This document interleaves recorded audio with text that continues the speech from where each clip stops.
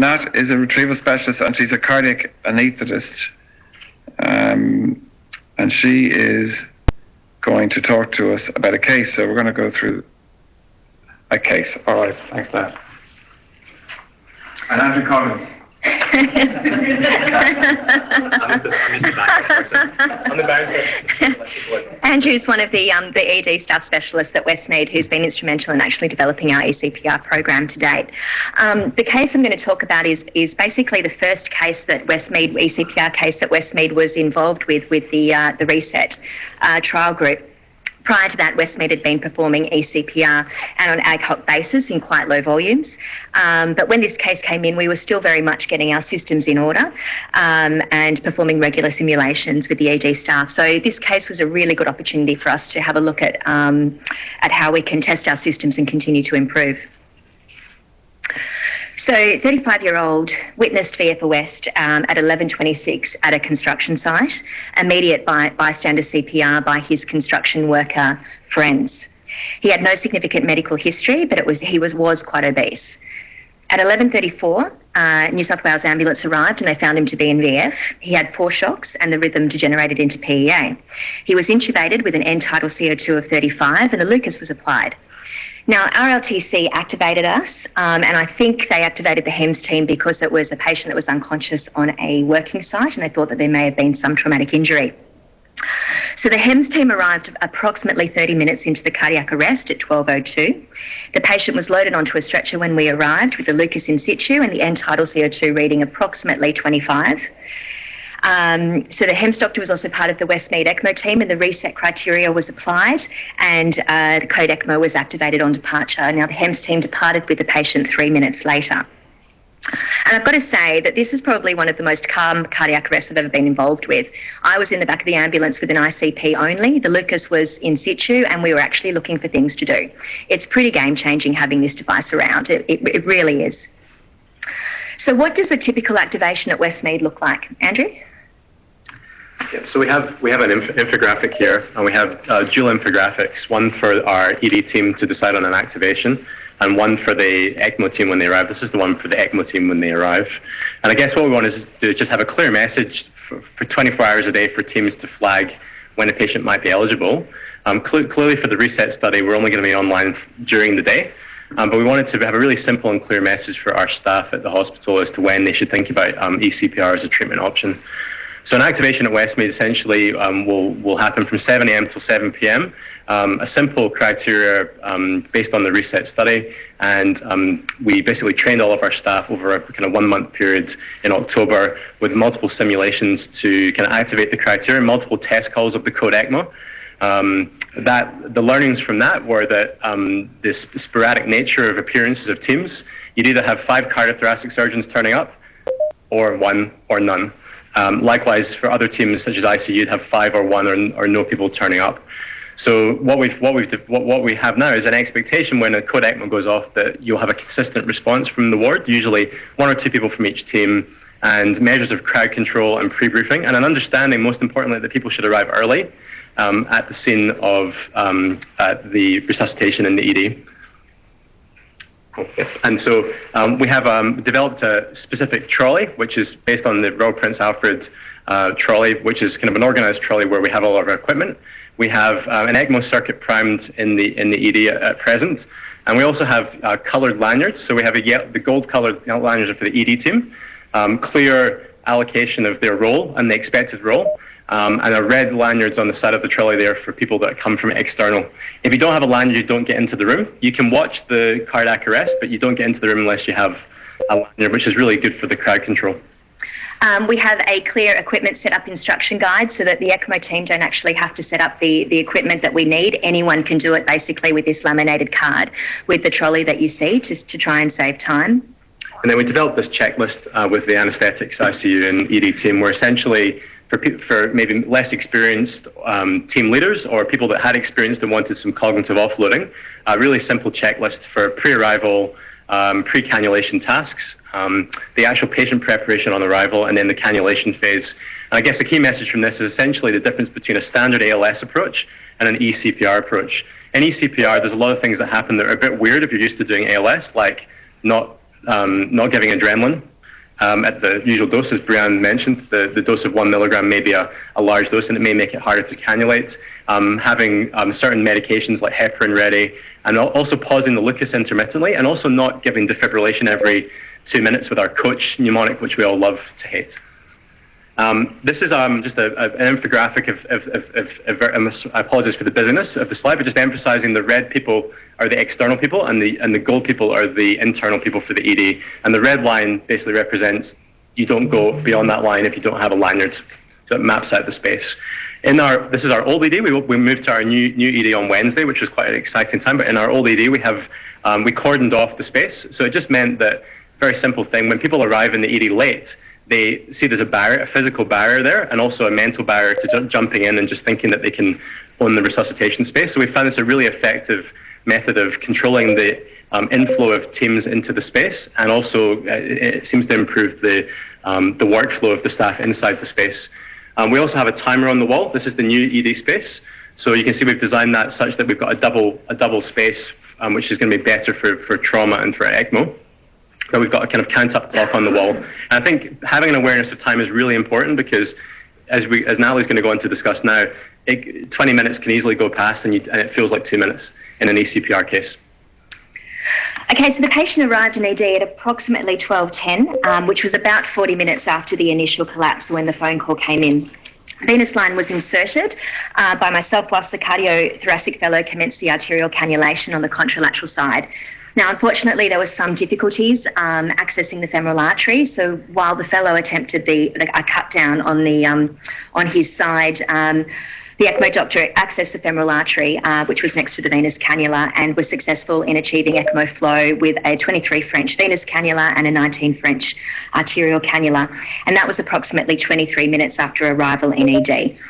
ECMO flow, though, was established 68 minutes after the initial collapse. So this was his VBG on arrival, and this was going to be a discussion point for later, but his lactate was borderline at 17. He was taken to the cath lab, and you can see his angiogram there. An LAD culprit lesion was found, and that was successfully revascularised. On echo, he had signs of septal hypertrophy, and the cardiologists were actually keen to get the family genetically tested for OOHCA as well.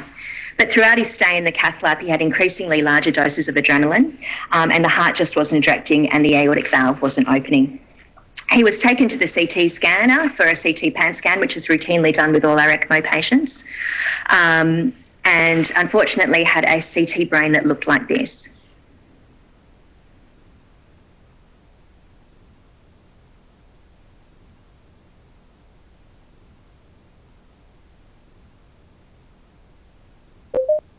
Which basically just shows diffuse cerebral edema. And so intensive care basically made the decision based on the CT findings and the fact that his hemodynamic support requirements were increasing, that it was probably time to withdraw care. So care was withdrawn a couple of hours after ECPR was commenced. So what have we learnt from this case? I think there are more marginal gains to be made in terms of shortening our cannulation times. Granted, this was our first cannulation. The patient was a large patient, so a 19 French arterial cannula was used, and perhaps we could actually go smaller with that to try and decrease our cannulation time. We've simplified our ECMO trolley setup list so that anyone can do it. Sheaths are now going to be inserted whilst decision making is made. We're considering not pausing the Lucas at all for needling of the vessels, just to decrease the amount of minimisations we have to CPR and cerebral perfusion. And we're working with the local crews at the moment to address handover, to shorten that handover time, to talk about the important information that is needed for the ECMO team, and then the ambulance crews will step aside and speak to the intensive care team, who will then get more and more information from them and decide whether or not ECMO is appropriate. Okay, Brian, any questions or any discussion points that you want us to address? Yeah, thanks. Any questions? There's probably a lot of questions around that. Online, Matt? Nobody has. No. So one of the questions I have, and Mark could comment on this too, so for the purpose of the trial, early prognostication I don't think will be done in terms of withdrawal of care within a short period of time. Isn't that right, Mark? Yeah, I mean, this tricky one, Dimitri will talk about this hopefully, but it's a big risk to the actual trial, right? So the standard prognostication after hours of cardiac arrest, and the ICU guys can correct me if I'm wrong, is usually 72 hours, and you've got to wean off all sedation and everything else before you make your call whether someone is neurologically gone. There's other markers you can go for, but the guidelines suggest that time frame. There is a risk in ECPR patients or out-hospital cardiac arrest patients that you go, oh my God, this is going pear-shaped. The inotrope vasopressors are going up. His brain looks cooked. Let's just pull out. That can affect your outcome. So Dimitri, when I've spoken to him, when he's spoken before, won't prognosticate on an ECPR patient for 7 days and will push very, very hard for that time. Obviously, that can cause angst with nursing staff and intensive care staff. I'm not sure whether I'm at 7 days, but neuroprognostication is really quite difficult in patients, ECPR patients, and there is a risk if things go badly that we pull out early, but I'm not saying that's simple by any stretch of the imagination. We had a case just recently who was a very complicated 2-week stay and septic, back and forth. And neurologically, his CT looked pristine. His MRI had these microhemorrhages that the neuroradiologist and neurologist all said, there's no cerebral edema. You cannot prognosticate on that. He was just taking a long time to wake up. It takes a lot of resources. Ultimately, he had demise. He got septic again. There's other reasons why eventually he was pulled out. But in him, his EEG was plumb normal as well. So we were like, he might be okay neurologically. So that's a very challenging area. The other thing that I'd say about the outcomes of CPC at discharge, so we tend to use cerebral performance category discharge, which is for stroke. And that's fine, everyone does it. But, all our ECMO patients, if they leave hospital, will probably be at least a 1 towards a 2, possibly a 3, because when you read that criteria, a lot of them have critical illness, myopathy, particularly the VB longer stays. So you've got to actually look what the outcomes are in 6 months' time, often. And a lot of these patients will come back, the survivors, and their CPC category or their modified Rankin category or as improved 6 months later. But neuroprognostication is a big issue, and when to pull out is a massive issue. You can go too long, and everyone's seen that, and there's a potential going too early. So in the trial, there is a section on, and it's basically following international guidelines on that, and trying to stick to those. But I take it I'm not the intensivist at the end of the bed making decisions as well. So, and I think that's one of the benefits of running this like a study. There's so many unanswered questions, and this is one of the main reasons we are running this study, is to control as much as we can, control the variables, and then see what occurs. I did witness the full bore sim that you guys have worked out, and you've clearly done a lot of iterations, and you've improved so many structures and processes, particularly the quiet please laminate is fantastic to stop the noise.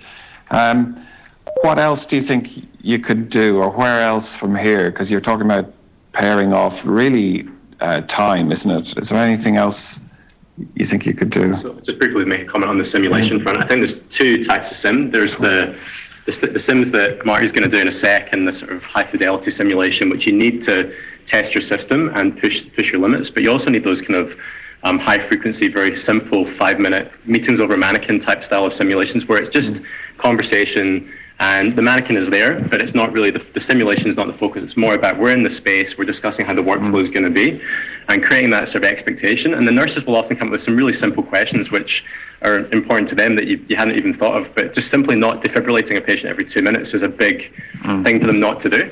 And you don't need a high fidelity simulation to resolve some of those issues. So I think from a training point of view, you just got to pick, you've got limited resources with your educators, and I think you just got to pick the right type of simulation for the need. And it's a combination of the bells and whistles, but it's also the simple everyday 5-minute meetings over a limbless dummy. No, I completely agree. Okay, any further questions for our Westmead team? No? Oh, we need to get some coffee into these people. All right, thanks. Thank you.